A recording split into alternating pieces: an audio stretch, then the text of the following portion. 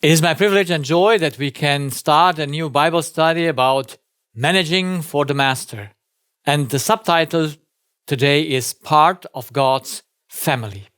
In order to understand the role of a manager, the role of the one who administrates the good of God, we need to understand His creation and the way things work in His creation.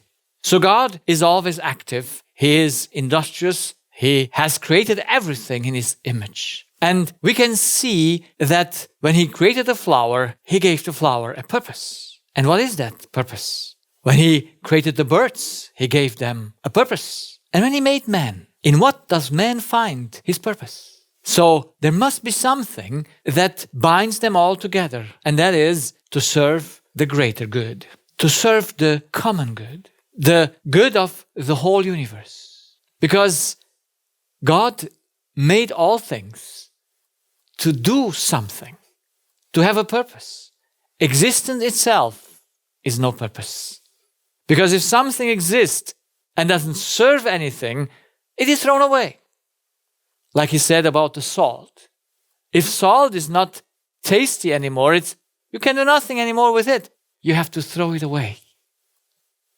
So He made that everything should serve in the great circuit of the universe for the common good. So He made everything to work like a channel because it is all bound together on each other. And He put it all to serve under the law. Nothing can exist or function by itself. It must take first, but nothing can do anything for itself. It must give, it must serve the purpose. If we understand this, that God made things to serve, not for itself. This is the opposite of what our heart is doing.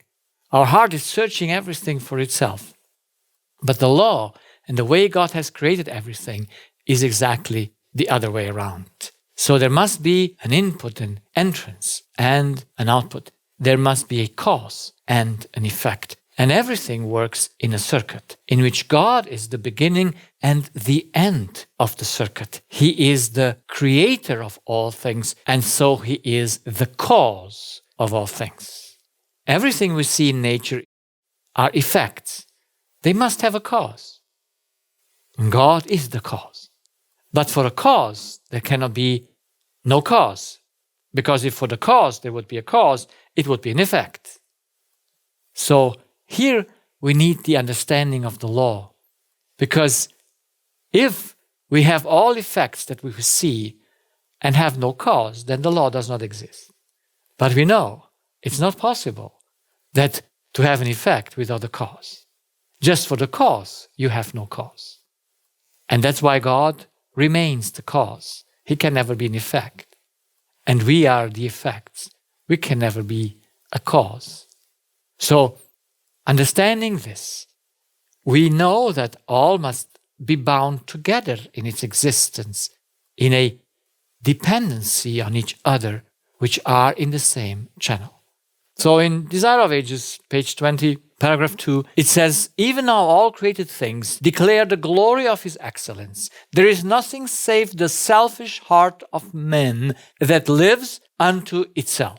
No bird that cleaves the air, no animal that moves upon the ground, but ministers to some other life. There is no leaf of the forest or lowly blade of grass, but has its ministry. Every tree and shrub and leaf pours forth that element of life without which neither man nor animal could live. And man and animal in turn minister to the life of tree and shrub and leaf. The ocean itself, the source of all our springs and fountains, receives the streams from every land, but takes to give."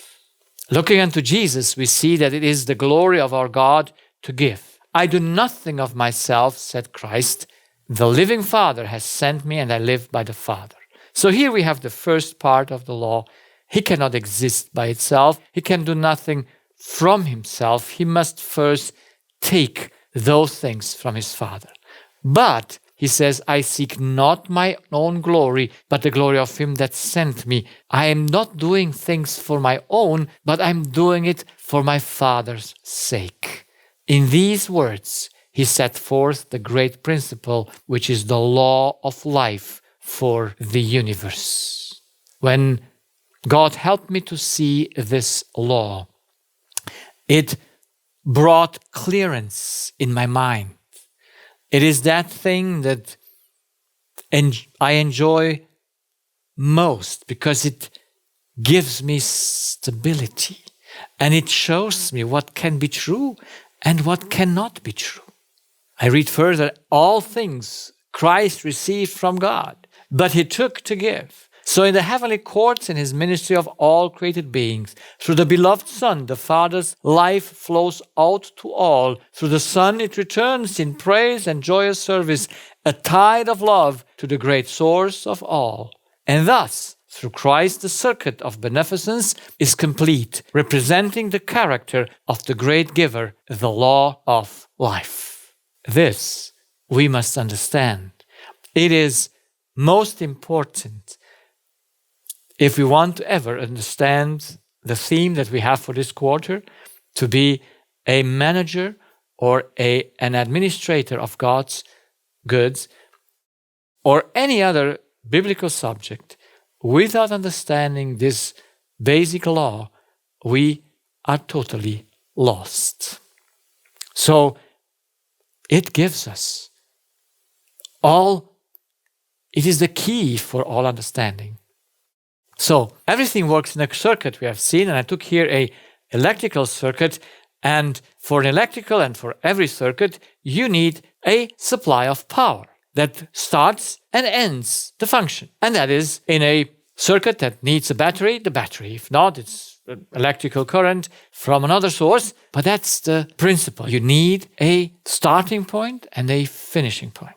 And so it is also more, you need not only this as a starting point and the beginning point, but you need a coordinator of that power.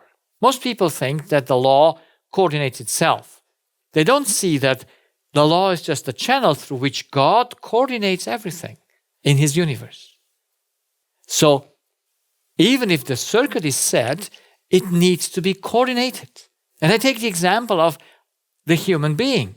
We have a blood circulation, a blood circuit, which starts in the heart and finishes in the heart. But this needs to be coordinated. It does not work by itself. It must work under the coordination of someone, that then when I run, it beats faster, and when I stop, it beats slower. So we need to understand the coordination of the process.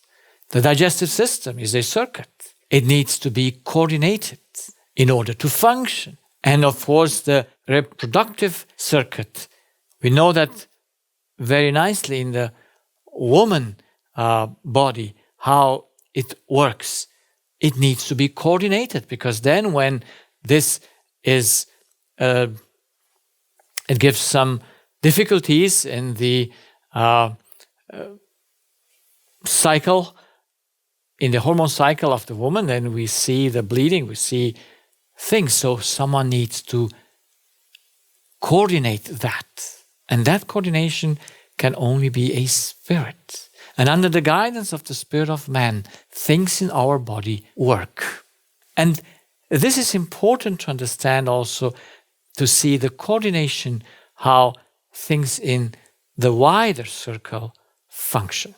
So God has put in the micro and the macrocosmos the same principles, the same way how things work. And so looking from this perspective of the human being as the spirit coordinating everything, we want to look to our earth and to the way and the purpose why God created man. We read in Genesis chapter 1, verse 26.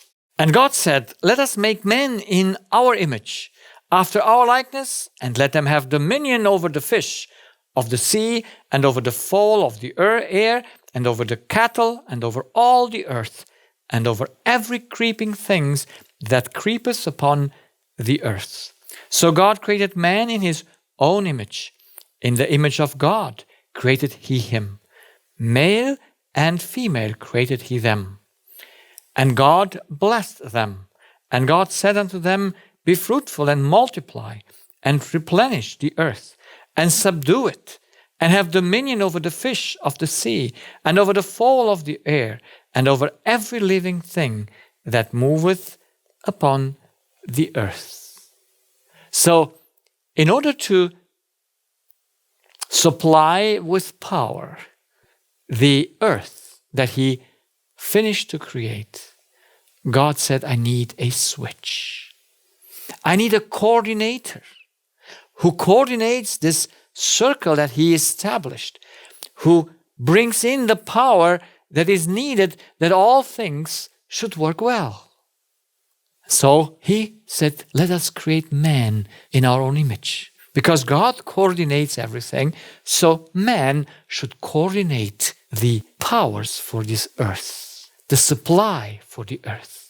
This is a very important thing. We always reduce the Bible text in our understanding just to the way we look as God has made us in his image.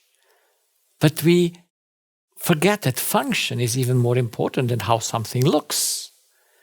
Yes, looks good, but function is important because God is putting everything into function in this universe, and he gave man a responsibility in this same way to coordinate, to bring in this coordination on this earth, and to hang up the whole earth in this one switch. So the circuit of the earth was made dependent on the human. That's why he was to reign. It was not that he should reign over them in the way we understand it today, but in order to supply their needs. So he was there to be for the birds of the air, for the cattle, for the animals, for the plants, for the fishes in the sea, and all the fruit he would bring back to God. So in this way, man was made to be the beginning, the switch, the coordinator of life on earth. What a privilege, what a great purpose that was. What a responsibility he gave to man, to be the switch for the supply of the whole earth. So we know that by an inexplicable self-deception, man thought he could become a god. The switch thought he might be a source. So if the switch thinks it's a source, it's not just a coordinator, but things belong to itself, then when Adam and Eve deceived themselves, they separated, of course, from the source of life, and now they are the God. Now things belong to them. They don't see that they are disconnected, but they had disconnected from the source of supply. And since on them the whole earth was dependent, when they deceived themselves, and as a result they ate from the forbidden tree, they died.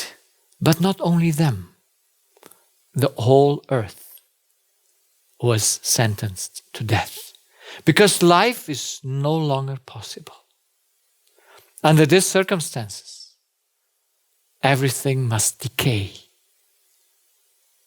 And when that supply that God has put there would come to an end, every living thing would die. This is the terrible thing that happened to humanity. That Adam lost his administrative function, his function as a manager, as a coordinator of things on the earth. And it's only because of him that the animals must die. It's only because of him that we see decay now for 6,000 years. It is not because they do any mistakes or can do mistakes, no. It is just because the coordinator, the manager, destroyed everything. He became a slave of Satan, and would have remained so if God would have not brought a solution, a plan of salvation that he made even before man fell. Solution was that God should give his Son to become a human, to add humanity to his divinity, to enter the life of Adam in order to destroy in himself that nature that destroys, that binds us as slaves to Satan. And when Jesus cried out on the cross, "It is finished," and sinful nature was destroyed, then the power of Satan was taken away. Some people think they have to fight with an external Satan. No. The external Satan exists, but he has no power over us because it is not him that binds us to himself, but we bind ourselves to him through this deception that we are born with. That's why we have to get rid of the deception. And when we get rid of the deception, we have overcome Satan. But we overcoming inside of us because we stop binding us to him. Because it is us that binds us to the devil. Because of this terrible deception. So understanding that is very important. Because we have not an outside battle. We have not to fix the things outside of us. We must first fix the things in us. And we are only overcomer over the evil by destroying that by which we inherited by birth, that binds us to Satan. So Jesus separated that. He made us free. And he resurrected as a child of God.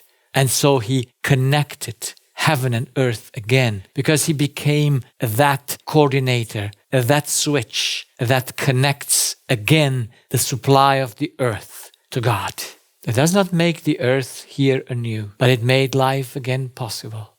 And one day when the earth will be renewed, because all that is born on this earth must die because it cannot exist. Because it once was separated and it cannot be bound again.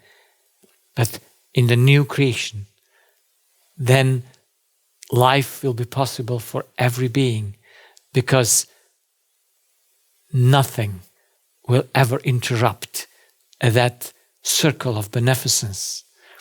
All switches will be clear and will know that they are there for coordination, not for being the owner, for being the rulers in the way of ownership over things.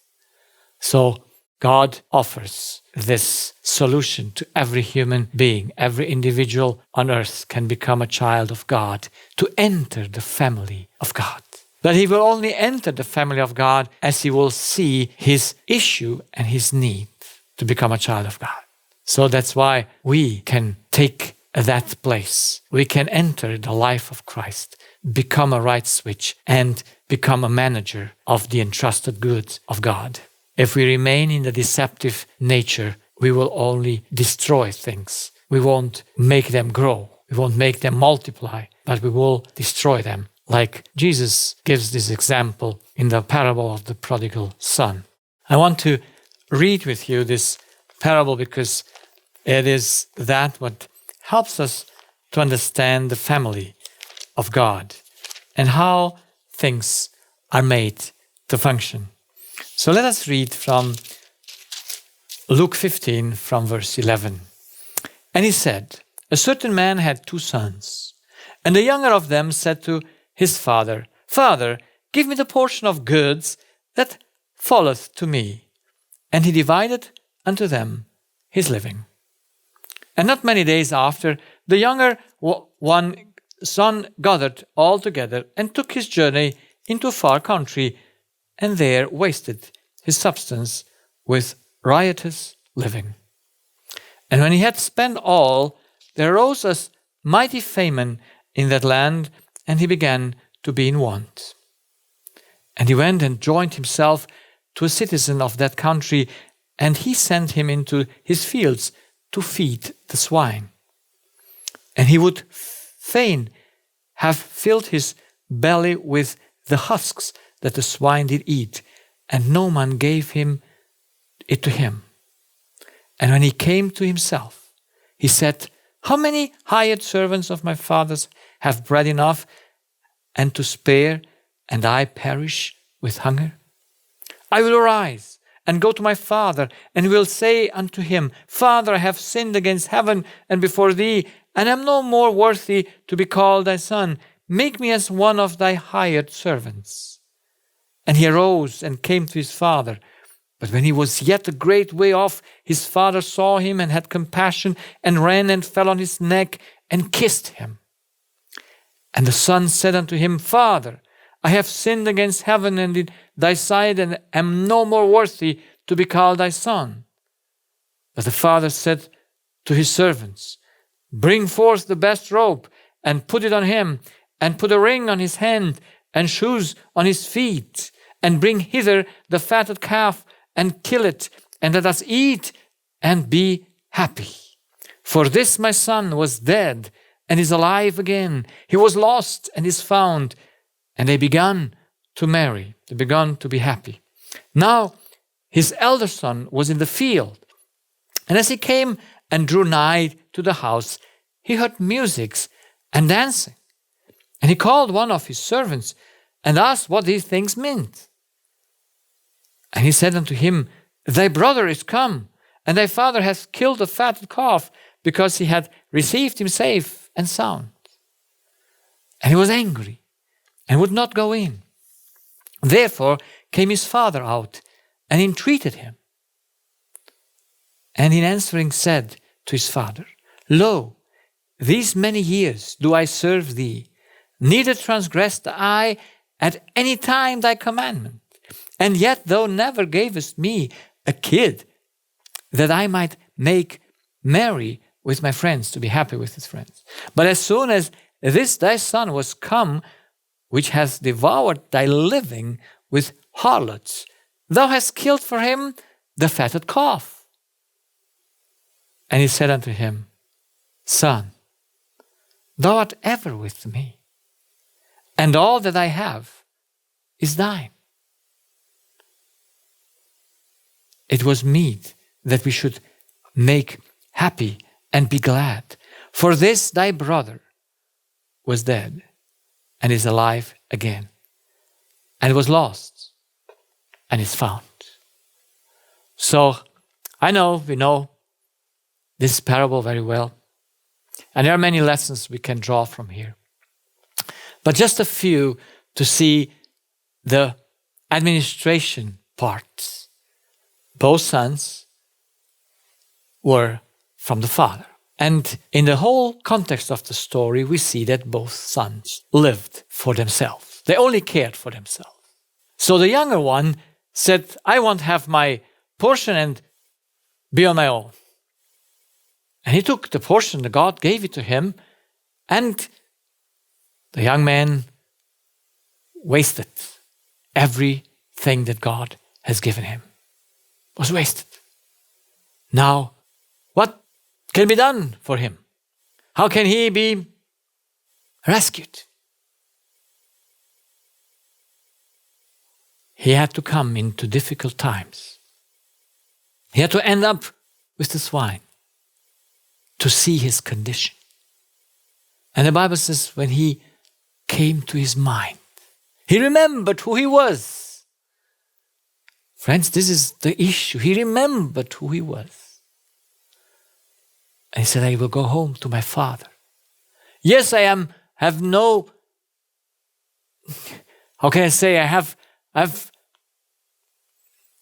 cannot be his son anymore. I have no expectations that he should take me as a son, but for sure, he might take me as a servant. And still as a servant, I would have enough to eat. And when the father saw him away off, he came and he did not accept the son's request, but said, He is my son. And the father, who is faithful to both of his sons, gives this prodigal son the coat. He puts in a ring on his hand and shoes on his feet because he is a son. And he declares him now being alive. He said he was dead and he's alive. Now, when was he dead? When he left or before he left? Well, we know that these are the people that are born on this earth. There might be just Cain and Abel. There might be just the example of the older and the younger one. The younger, like Cain, understands his issue and brings the right sacrifice. And has become a child of God. He entered from death to life. This younger son goes through difficult times, and he must come to the end of all his powers so that he might realize his need and his deception. And so then he can go home and become from a dead son a living son. This is a beautiful thing how God explains us redemption. From born death, we become alive through coming back to where we are belonging, to our Father in heaven. All this was done through Christ, as we have seen before. Now, when a person is under difficult situations, he might see his need and come back. But he still needs to go through that process of understanding his nature. And obviously this guy understands his nature and his need for a new life. And the Father gives it to him. And his joy is not restrained. They come together and they feast. But when the older son comes home, he is not happy at all. When he hears that it is his brother that the feast was made for, he cannot accept that. I mean, how can it be? He who never transgressed the commandments of God, he who always was faithful to his Father, should not get the reward that he was working for. Not once, he says, you gave me a little kid of a calf to have my friends together and do a party. And the father was amazed, at least in the parable. He says, my son, you're always with me. We are one. He says, all that I have is thine. Now, don't deceive yourself further. Come in and let us be joyous, because this thy brother was dead. And I might say he tells it to him. You are also dead. And by coming in, you become alive. You become, in reality, a child of God. You enter the family of God. These are the two classes of humans. I could say religious humans, but we could expand it on all people on earth. The one that are wasting the goods of God by a not good coordination and administration. And they enter to see their problem. And the others just do everything correctly, like Nicodemus, like the rich young ruler, like Paul before his conversion. They all thought that they are okay. Which are more difficult to be saved? Obviously, those who think they do all correctly. That's why it's so hard to explain to a religious person that it is sin that makes him sick. Because he believes sin is a choice. He believes that sin, he could avoid it. He doesn't see. In his sinful nature, this man could not avoid to waste everything. Because if you use things for yourself, they are wasted. But even this other son who was looking good, looks like he didn't waste, he still was wasting. He still was wrong because he was not living by love to his Father. He was not living in the law of life. He was living in deception. And the Father gave him the principle, everything that is mine is also yours. And I want in our studies that we have to go into this offer of God that says everything that is mine is also yours. We are one. If we are the family of God, if we are members of the family of God, it's evident that everything is also ours. But how do we manage it? Not becoming the owners of it in the way of deception and of our terrible selfish nature. So I pray that we might have a very beneficial study in understanding how to manage, how to be a coordinator of God's good and finish His work, because the time is at hand. Amen.